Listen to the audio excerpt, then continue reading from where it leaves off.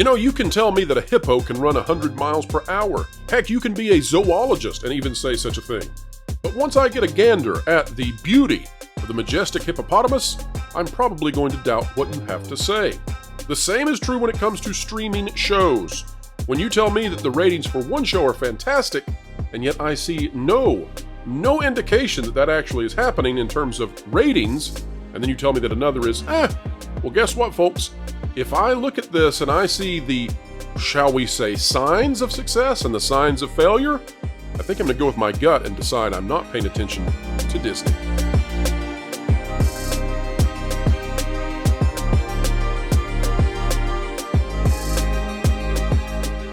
All right, folks, welcome back. We are here to explain entertainment, keep you ahead of the culture curve. We do not hate Disney, but we do hate some of the actions they've been taking recently. One of those things has been that they have been parading about, talking about those awesome, incredible ratings for Ahsoka, and we found out over the last 48 hours from Nielsen, yeah, not so much.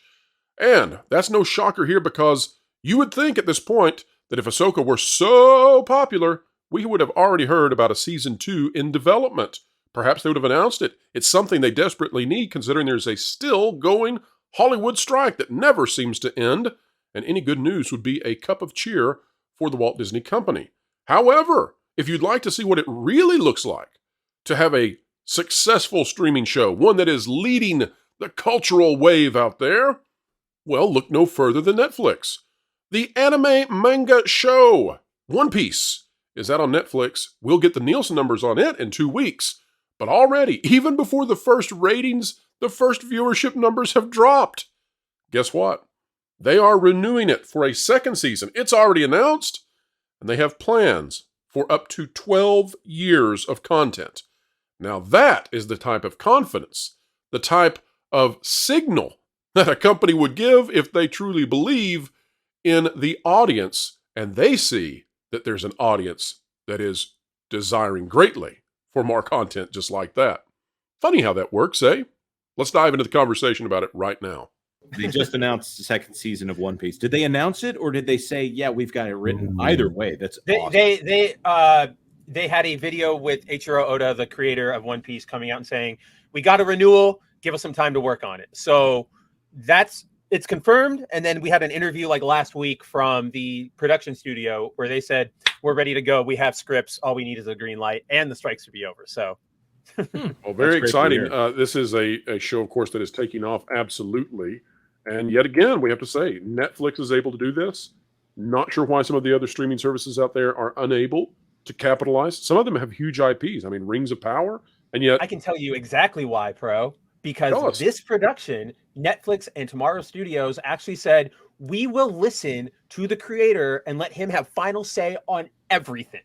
When was the last time we've ever heard them do any studio do that for any work? They're not bringing in the comic book writers. They're not bringing in Sanderson for like Wheel of Time. Like they just do their own thing because they think they can do it better, right? I don't know if you guys remember this from Cowboy Bebop, but they Netflix and actually the same studio, Tomorrow Studios, they learned their lesson with that show. But during production on Cowboy Bebop, they said, hey, let's reach out to the creator and get his thoughts on the series, get some direction, get some tips, blah, blah, blah.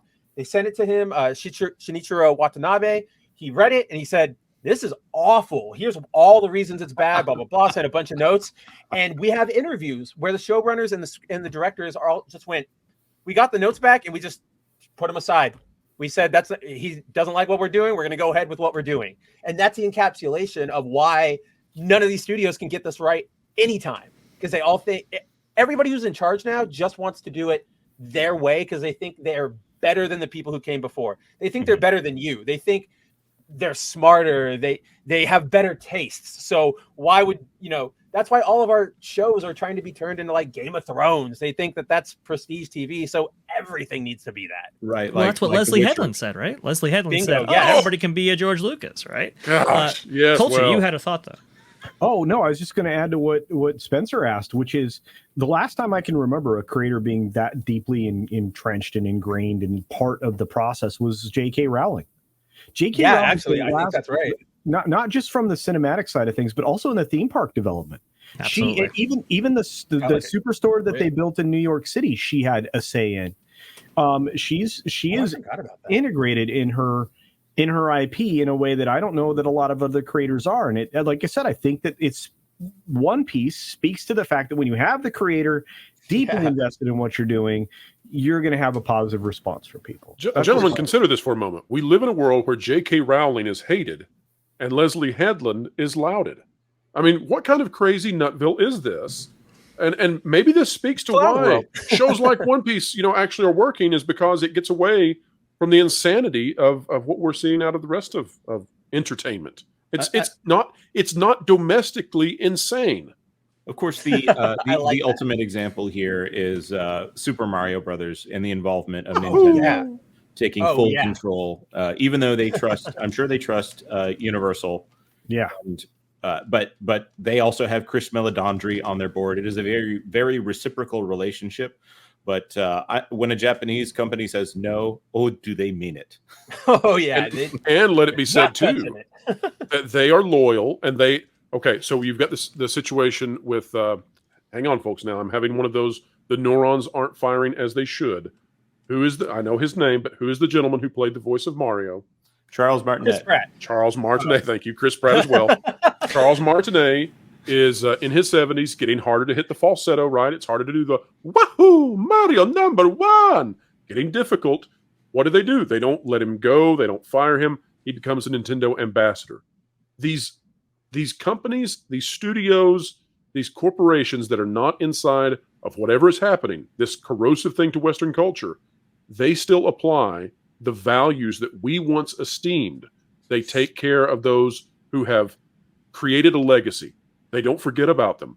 They don't do this stupidity where they promote someone to the leadership who was involved, like Leslie Headland, in ultimate depravity. And then at the same time, come out and castigate someone who says, I have this particular view about biology. That's not happening in the rest of the world. That's just here. Yeah. And people who have, definitely taken that on, right, are especially the creative leadership at Disney. And you can kind of see this. When I was in the parks recently, and I'll say this again here, I was seeing stuff from Frozen, I was seeing stuff from Lion King, I was seeing stuff from Aladdin, I was seeing stuff from Beauty and the Beast, all these franchises that are, 20, 30 years old? And I just think, wow, what has Disney produced? Whether it be on Disney Plus or on, in the film space, right?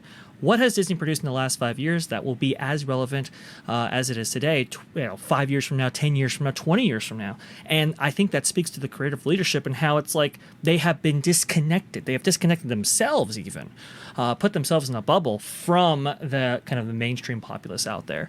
Definitely places that they would view as flyover country or whatever, and not producing that 4-quadrant storytelling that they had so many creatives back in the day so apt in doing. I think it's lost there. And again, that 21% is I think is a reflection of that. Vash, I'm sure in your experience being the park guy, to that end that they're not creating anything. Kind of look at the last few years of introducing meet and greets, right, in the parks. They've all kind of just been Avengers. Like those are the big new ones, or it's like a character from a past movie who had like a minor role. No, there's no elementals, there's no Strange World or whatever that movie was. It's bad. And now we know that they're going to try and have meetups with Sabine and Ahsoka, and it's still just like you're running dry here. You're running the goodwill dry. I'm just not convinced that Avengers is that big of a draw out in Disney's California Adventure. Bottom line, I have breaking news, folks. Yeah, well, we got to wrap this one up, but the bottom line here is that One Piece has a second season confirmed now via Netflix, and people are excited about it because it's not being made by the people that we despise, who are our own, unfortunately. Yes. And it's a wrap, ladies and gentlemen, as we continue to keep you ahead of where the mainstream press and access media would have you otherwise. Welcome to the club of knowing what's going on inside entertainment each and every day as we continue our foray into explaining it all. So happy to have had you. If you like content like this, consider clicking the like button, share, subscribe, click it, stick it to the algorithms. It's the notification bell.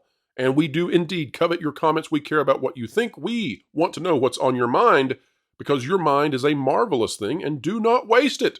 We read, we often respond to those dialogues that are dropped down below. Remember that the Pro Show is every Thursday, 5 to 7 p.m. Eastern Time. This past show we did, which is still available, by the way, if you're watching on the weekend, well, it starred Paul Chetto, and we had a marvelous, wonderful conversation. You don't want to miss it.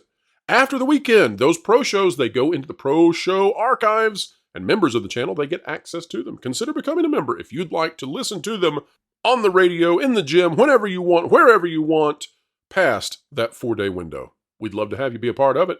And folks, wherever you are, whatever you're doing, keep learning, keep growing, and keep having fun.